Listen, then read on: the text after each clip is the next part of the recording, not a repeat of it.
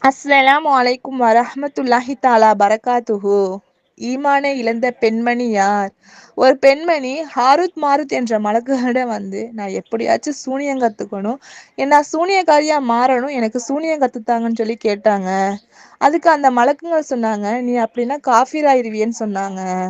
பரவாயில்ல, நான் சூனியம் கத்துக்கணும், எனக்கு சூனியம் செய்வதை கத்துத்தாங்கன்னு சொன்னாங்க. அப்ப அந்த மலக்குகள் சொன்னாங்க, நீ போயிட்டு எரியிற அடுப்புல சிறுநீர் கழிச்சிட்டு வான்னு சொன்னாங்க. அந்த பெண்மணி கொஞ்சம் கூட யோசிக்காம எரியிற அடுப்புல போய் சிறுநீர் கழிச்சாங்க. உடனே அவங்க உடம்புல இருந்து ஒரு கவசம் அணிந்த மனிதன் உயிரை கிளம்பி மறைந்தான்.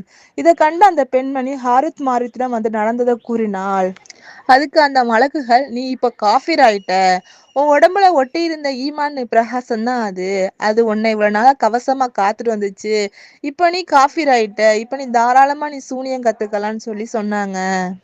இது போன்ற ஹதீசுகளை நீங்க மேலும் கேட்கணுமா? அப்ப எங்களோட சேனலை சப்ஸ்கிரைப் பண்ணிக்கங்க. அஸ்ஸலாமு அலைக்கும் வரஹ்மத்துல்லாஹி தஆலா பரகாத்துஹு.